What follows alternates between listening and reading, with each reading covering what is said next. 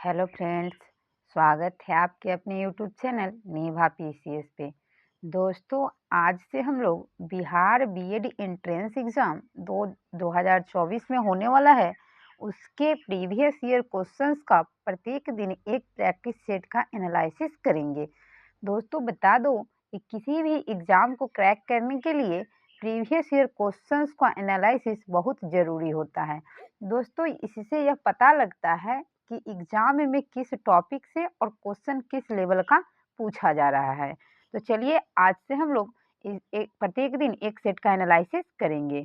तो चलिए देखते हैं पहला क्वेश्चन। दोस्तों, यह इंग्लिश का है, यह जनरल कंप्रिहेंशन है। दोस्तों, इसको पढ़कर और इसका इसी में से आंसर खोज के लिखना रहता है। हम लोग जीएस सेक्शंस को कवर करेंगे। चलिए देखते हैं पहला क्वेश्चन जीएस सेक्शन का। पहला क्वेश्चन है कि निम्नलिखित में से कौन बौद्ध त्रिरत्नों में शामिल नहीं है। बौद्ध धर्म के द्वारा त्रिरत्न दिया गया था दोस्तों, तो उसमें था बुद्ध, धम्म और संघ। इसमें अहिंसा नहीं था। ऑप्शन बी बिल्कुल सही है। बौद्ध धर्म में दोस्तों जो हम लोग प्रविष्ट होते थे उसको उपसंपदा कहते थे। क्या कहते थे? उपसंपदा। जो भी एडिशनल फैक्ट बताऊंगी दोस्तों उसको आप लोग याद रखिएगा। उपसंपदा कहते थे। बौद्ध धर्म में निर्वाण को परम लक्ष्य है। बौद्ध धर्म का परम लक्ष्य जो था दोस्तों वह निर्वाण था, जिसका अर्थ होता था दीपक का बुझ जाना। अगर क्वेश्चन आ जाए कि बौद्ध धर्म में जो निर्वाण होता था दोस्तों उसका लक्ष्य क्या होता था, यानी उसका अर्थ क्या है, तो दीपक का बुझ जाना। इसको याद रखिएगा, दीपक का बुझ जाना, बुझ जाना। चलिए देखते हैं नेक्स्ट क्वेश्चन। नेक्स्ट क्वेश्चन है कि निम्नलिखित में से कौन सा सिद्धांत जैन धर्म का नहीं है। जैन धर्म के द्वारा भी दोस्तों 3 सिद्धांत दिया गया था, जिसमें न्यायवाद, अनेकांतवाद और स्यादवाद था। इसमें शून्यवाद नहीं था। ऑप्शन ए आपका बिल्कुल सही है। जैन धर्म के संस्थापक किसको माना जाता है दोस्तों? तो ऋषभ देव को। किसको माना जाता है? ऋषभ देव को। जैन धर्म के प्रथम तीर्थंकर ऋषभ देव थे। और जैन धर्म के अगर वास्तविक संस्थापक पूछे दोस्तों तो वास्तविक संस्थापक महावीर को माना जाता है। किनको माना जाता है? महावीर को। चलिए 58 नंबर क्वेश्चन देखते हैं। 58 नंबर क्वेश्चन है कि अजात शत्रु मगध की गद्दी पर कब बैठा था। तो अजात शत्रु मगध की गद्दी पर 492 बीसी में बैठा था, यानी ऑप्शन इनमें से कोई नहीं होगा। 59 नंबर क्वेश्चन है कि स्वर्गीय काका हाथरसी थे एक प्रसिद्ध। काका हाथरसी जो थे वह किस चीज से संबंधित थे जिसमें वह अपनी प्रसिद्धि को हासिल किए थे? तो वह एक हास्य कवि थे। क्या थे दोस्तों? हास्य कवि। 60 नंबर क्वेश्चन है कि निम्नलिखित में से किस अंतर्राष्ट्रीय व्यापार का प्रमुख प्रहरी माना जाता है। अंतर्राष्ट्रीय व्यापार का प्रमुख प्रहरी किसे माना जाता है? तो यह विश्व व्यापार संगठन डब्ल्यूटीओ को माना जाता है। डब्ल्यूटीओ का पहले नाम क्या था दोस्तों? तो गेट था। क्या था? GAT, gate. डब्ल्यूटीओ की स्थापना की अगर बात करें तो डब्ल्यूटीओ की स्थापना हुआ था दोस्तों 1 जनवरी। कब हुआ था? 1 जनवरी 1995 को। ये देखते हैं 61 नंबर क्वेश्चन। 61 नंबर क्वेश्चन क्या है? 61 नंबर में कि विश्व आर्थिक मंच WEF वर्ल्ड इकोनॉमिक फोरम की स्थापना कब हुआ था? तो वर्ल्ड इकोनॉमिक फोरम की स्थापना 1971 में हुआ था। कब हुआ था दोस्तों? 1971 में। 62 नंबर क्वेश्चन है कि विश्व आर्थिक मंच द्वारा प्रतिवर्ष किस रिपोर्ट का प्रकाशन किया जाता है? तो किस रिपोर्ट का प्रकाशन किया जाता है? तो global comparative report. Option D बिल्कुल सही है। 63 नंबर क्वेश्चन है कि निम्नलिखित में से किस महाद्वीप से कर्क रेखा तथा मकर रेखा दोनों गुजरती है? वह कौन सा ऐसा महाद्वीप है जिससे कर्क रेखा और मकर रेखा दोनों गुजरती है? तो अफ्रीका महाद्वीप।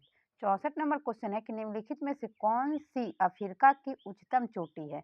अफ्रीका की सबसे उच्चतम चोटी कौन सी है दोस्तों? तो इसका सही आंसर आपका ये हो जाएगा किलिमंजारो। कौन होगा? किलिमंजारो। 65 नंबर क्वेश्चन है कि कैम्ब्रियन पर्वत कहाँ स्थित है? जो कैम्ब्रियन पर्वत है दोस्तों उसकी अवस्थिति कहाँ है? तो इसकी अवस्थिति वेल्स में है।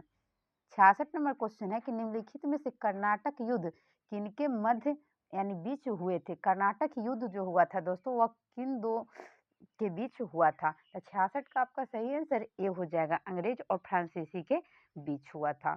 देखते हैं 67 नंबर क्वेश्चन।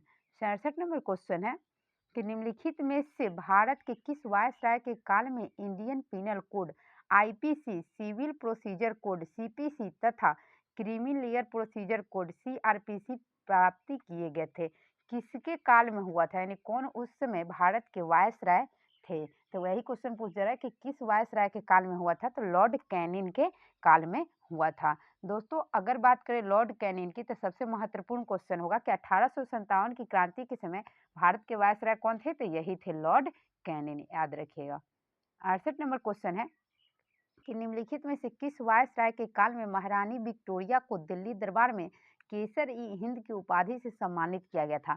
महारानी विक्टोरिया को केसर ई हिंद की उपाधि से लॉर्ड लिट्टन के काल में यानी 1876 में क्या किया गया था, सम्मानित किया गया था।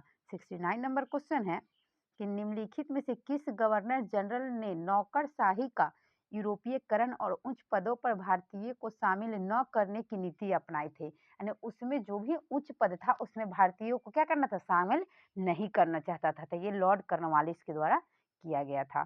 70 नंबर क्वेश्चन है कि दिल्ली सल्तनत कौन सा सुल्तान अपने समकालीन यानी अपने समकालीन संत निजामुद्दीन औलिया से शत्रुता रखता था? यानी दिल्ली सल्तनत के वह कौन सा शासक था जो निजामुद्दीन औलिया से अपनी शत्रुता रखता था? तो गयासुद्दीन तुगलक। 70 का सही ऑप्शन सी हो जाएगा।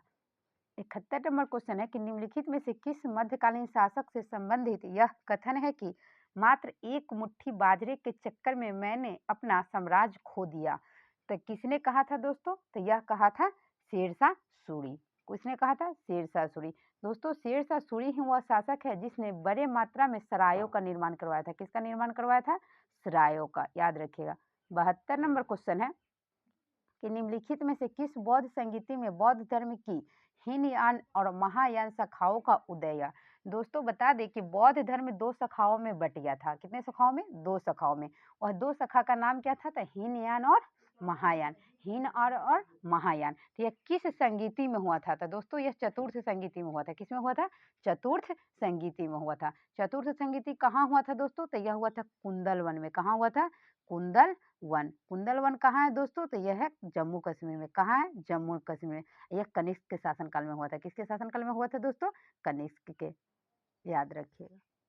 चलिए 74 नंबर क्वेश्चन है कि निम्नलिखित में से 73 नंबर क्वेश्चन कि निम्नलिखित में से कौन सा सम्राट अपनी प्रसार नीतियों के कारण भारत का नेपोलियन कहा जाता है? भारत का नेपोलियन किसे कहा जाता है दोस्तों, तो भारत का नेपोलियन समुद्रगुप्त को कहा जाता है। किसको कहा जाता है, समुद्रगुप्त को। ऑप्शन सी बिल्कुल सही है। क्वेश्चन पूछता है कि वह कौन सा ऐसा शासक है जिसकी प्रतिमा यानी कि जिसकी प्रतिमा फोटो सिक्का पर बीना बजाते हुए प्राप्त हुए थे, वह समुद्रगुप्त। और समुद्रगुप्त का भारत का नेपोलियन किसने कहा था दोस्तों, तो याद रखिएगा VA स्मिथ। किसने कहा था दोस्तों, तो VA स्मिथ के द्वारा इनको भारत का नेपोलियन कहा गया था। 74 नंबर क्वेश्चन है कि निम्नलिखित में से किस काल में कर प्रथा का विशिष्ट महत्व था? कर प्रथा का विशिष्ट महत्व किस काल में था, तो यह गुप्त काल में सर्वाधिक था। 75 नंबर क्वेश्चन है कि मौर्य काल के दौरान शिक्षा का सबसे प्रसिद्ध केंद्र कौन था? मौर्य काल के दौरान शिक्षा का सबसे प्रसिद्ध केंद्र कौन था, तो उज्जैन था। कौन था दोस्तों, उज्जैन। उज्जैन कहाँ पड़ता है दोस्तों, तो उज्जैन महाराष्ट्र में पड़ता है। मौर्य काल, मौर्य वंश के संस्थापक कौन थे दोस्तों, तो चंद्रगुप्त मौर्य। कौन थे, चंद्रगुप्त मौर्य, याद रखिएगा। ये सब क्वेश्चन भी पूछा जाता है एग्जाम में। चलिए नेक्स्ट क्वेश्चन देखते हैं। नेक्स्ट क्वेश्चन है कि 1 नवंबर 2000 को भारत का 26वां राज्य कौन सा बना था? 1 नवंबर 2000 को, तो 1 नवंबर 2000 को भारत के 26वें राज्य के रूप में किसका निर्माण हुआ था, तो यह हुआ था छत्तीसगढ़ का। किसका हुआ था दोस्तों, छत्तीसगढ़ का। 2000 में दोस्तों, सन 2000 में 3 राज्यों का उदय हुआ था। किसका किसका हुआ था दोस्तों, तो यह हुआ था छत्तीसगढ़ का। किसका हुआ था, छत्तीसगढ़, उत्तराखंड और झारखंड, याद रखिएगा। मध्य प्रदेश से छत्तीसगढ़ टूटा था, यूपी से उत्तराखंड टूटा था और बिहार से झारखंड टूटा था। दोस्तों 1 नवंबर को छत्तीसगढ़ का हुआ था, 9 नवंबर के उत्तराखंड को और 15 नवंबर 2000 को झारखंड का हुआ था। तो याद रखिएगा, ये तीनों इंपॉर्टेंट है, पूछा जा सकता है एग्जाम में। 77 नंबर क्वेश्चन है कि भारत का क्षेत्रफल की दृष्टि से दूसरा राजस्थान के बाद सबसे बड़ा राज्य कौन है? भारत में क्षेत्रफल की दृष्टि से सबसे बड़ा राज्य तो कौन है दोस्तों, राजस्थान। राजस्थान के बाद दूसरे नंबर पे कौन आता है, तो मध्य प्रदेश। कौन आता है दोस्तों, तो मध्य प्रदेश यानी MP, याद रखिएगा। MP 2 नंबर पे है। 78 नंबर क्वेश्चन है कि निम्नलिखित में से कौन सी एक भाषा संयुक्त राष्ट्र संघ की आधिकारिक भाषा नहीं है। संयुक्त राष्ट्र संघ की कौन सी भाषा है जो आधिकारिक भाषा नहीं है? अरबी, चीनी, रूसी और जर्मन। तो कौन सी भाषा है जो आधिकारिक भाषा नहीं है? तो 78 का सही आंसर डी हो जाएगा, जर्मन। जर्मन भाषा जो है संयुक्त राष्ट्र संघ का आधिकारिक भाषा नहीं है। 79 नंबर क्वेश्चन है कि केरल की राजकीय भाषा कौन सी है? केरल में कौन सी भाषा बोली जाती है? तो केरल में मलयालम बोला जाता है दोस्तों, ऑप्शन सी बिल्कुल सही है। भारत के कितने राज्यों में हिंदी राजभाषा है? कितने राज्यों में हिंदी को राजभाषा के तौर पर मान्यता प्राप्त है? तो आंसर सही होगा 9। 81 नंबर क्वेश्चन है कि अंटार्कटिका की प्रथम भारतीय अस्थायी प्रयोगशाला को क्या नाम दिया गया था? अंटार्कटिका में दोस्तों, अंटार्कटिका की अगर बात करें तो यहाँ भारत के द्वारा 3 शोध संस्थान स्थापित किए गए थे। तो उसमें से प्रथम का नाम पूछा जा रहा है, तो प्रथम का नाम क्या था दोस्तों? दक्षिण गंगोत्री। दूसरा का नाम क्या था? मैत्री। और तीसरा का नाम क्या है दोस्तों? तीसरा का नाम क्या है? पता है तीसरा का नाम क्या है? तीसरा का नाम है दोस्तों, जिसको हम लोग दक्षिण गंगोत्री, मैत्री, और उसको हम लोग जानते हैं। तीसरा का नाम अभी न्यू में दिया गया है दोस्तों, बताते हैं, अगर याद आएगा तो बता देंगे दोस्तों क्या हुआ था। जब तक देखते हैं 82 नंबर क्वेश्चन। चकमा निम्नलिखित में से किस देश के शरणार्थी है? चकमा किस देश के शरणार्थी को कहा जाता है दोस्तों? तो यह बांग्लादेश के शरणार्थी को चकमा के नाम से जाना जाता था। 83 नंबर क्वेश्चन है कि विश्व रेड क्रॉस दिवस किस तारीख को मनाया जाता है? तो विश्व रेड क्रॉस दिवस 8 मई को मनाया जाता है। 84 नंबर क्वेश्चन है कि अर्थशास्त्र के लिए नोबेल पुरस्कार सन 1967 में स्थापित किया गया था, परंतु सर्वप्रथम पुरस्कार किस वर्ष प्रदान किया गया था? सन 1967 में तो स्थापित हुआ था दोस्तों, लेकिन दिया कब से जाने लगा? तो यह 1969 से दिया जाने लगा, 2 साल बाद से। अर्थशास्त्र को छोड़कर अन्य क्षेत्रों में दोस्तों नोबेल पुरस्कार 1901 से दिए जा रहे हैं। भारत रत्न अलंकरण सर्वप्रथम सी राजगोपालाचारी को दिया गया था। अगर हम बात करें कि बीसी राय पुरस्कार औषधि के क्षेत्र में दिया जाता है, गंधर्व पुरस्कार साहित्य के क्षेत्र में दिया जाता है। अगर आपसे पूछ दे कि गंधर्व जो पुरस्कार होता है दोस्तों, वह किस क्षेत्र में दिया जाता है? तो वह साहित्य के क्षेत्र में दिया जाता है। किस क्षेत्र में? साहित्य के क्षेत्र में। और अगर बात करें कि इसका भारत रत्न की, जैसे मान लीजिए और से नोबेल पुरस्कार दिए जा रहे थे अर्थशास्त्र के छुड़ा के, तो अर्थशास्त्र के छुड़ा के और सब नोबेल पुरस्कार 1901 से दिया जाने लगा था। चलिए 85 नंबर क्वेश्चन है कि धन्वंतरी पुरस्कार दिया जाता है। धन्वंतरी पुरस्कार किस क्षेत्र में दिया जाता है दोस्तों? तो यह चिकित्सा के क्षेत्र में आजीवन सेवा को दिया जाता है। जो व्यक्ति चिकित्सा के क्षेत्र में, यानी कि डॉक्टर, चिकित्सा के क्षेत्र में, मेडिकल लाइन में जो भी व्यक्ति होते हैं वो आजीवन अगर अपनी सेवा देते हैं तो उनको कौन सा पुरस्कार दिया जाता है? धन्वंतरी पुरस्कार दिया जाता है।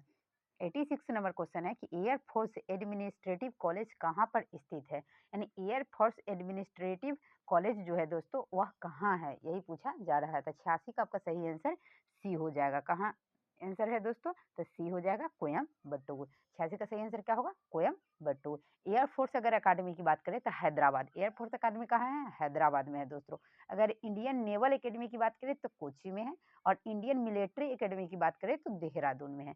चलिए देखते हैं 87 नंबर क्वेश्चन। 87 नंबर क्वेश्चन है, निम्नलिखित में से किस विमान निर्माता कंपनी ने ड्रीम लाइनर नाम से एक नए अत्याधुनिक विमान तैयार किया है? ड्रीम लाइनर तो कौन तैयार किया है दोस्तों? तो आपका 87 का सही आंसर सी होगा, बोइंग कंपनी के द्वारा यह बनाया गया है। 88 नंबर क्वेश्चन है कि 45 वर्ष बाद भारत और बांग्लादेश के बीच शुरू की गई नई रेल सेवा का नाम क्या दिया गया है? तो 45 वर्ष के बाद यह शुरू हुआ है दोस्तों, तो इसका नाम क्या दिया गया था? मैत्री एक्सप्रेस। क्वेश्चन पूछता है कि मैत्री एक्सप्रेस किन दो देशों के बीच चलता है? तो इंडिया और बांग्लादेश के बीच यह चलता है। इंडिया और बांग्लादेश के बीच, याद रखिएगा। 89 नंबर क्वेश्चन है कि गौतम बुद्ध का महापरिनिर्वाण किस स्थान पर हुआ था? महापरिनिर्वाण यानी दोस्तों होता है इनका मृत्यु। क्या होता है दोस्तों? इनकी मृत्यु। तो इनकी मृत्यु कहाँ हुआ था दोस्तों? तो इनकी मृत्यु हुआ था कुशीनाड़ा में, जिसको हम लोग कुशीनगर के नाम से जानते हैं। इनका जन्म हुआ था लुम्बिनी में, ज्ञान की प्राप्ति बोध गया में, और मृत्यु हुआ था कुशीनाड़ा में। अगर जनपद की बात पूछे कि गौतम बुद्ध का जो मृत्यु हुआ था वो किस जनपद में हुआ था? तो मल जनपद में हुआ था। किस जनपद में दोस्तों?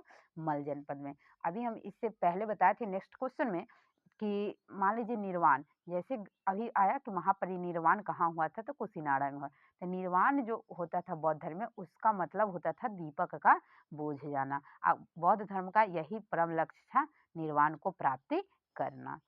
चलिए 90 नंबर क्वेश्चन देखते हैं। 90 नंबर क्वेश्चन है कि भारत में राष्ट्रीय स्वयं समंको का आकलन किसके द्वारा किया जाता है? तो भारत में राष्ट्रीय आय समंको का आकलन किसके द्वारा किया जाता है? तो 90 का आपका सही आंसर क्या होगा? योजना आयोग, भारतीय रिजर्व बैंक।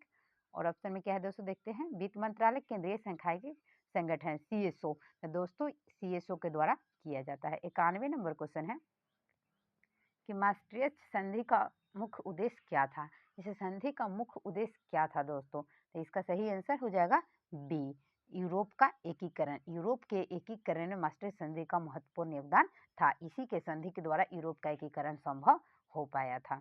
चलिए देखते हैं 92 नंबर क्वेश्चन। 92 नंबर क्वेश्चन है कि किस समिति ने कृषि जो तो एग्रीकल्चर होल्डिंग पर कर लगाने की संस्तुति की थी? यानी किस कमेटी के द्वारा इस पर कर लगाने के लिए कहा गया था? तो 92 का आपका सही आंसर सी हो जाएगा, राज्य समिति।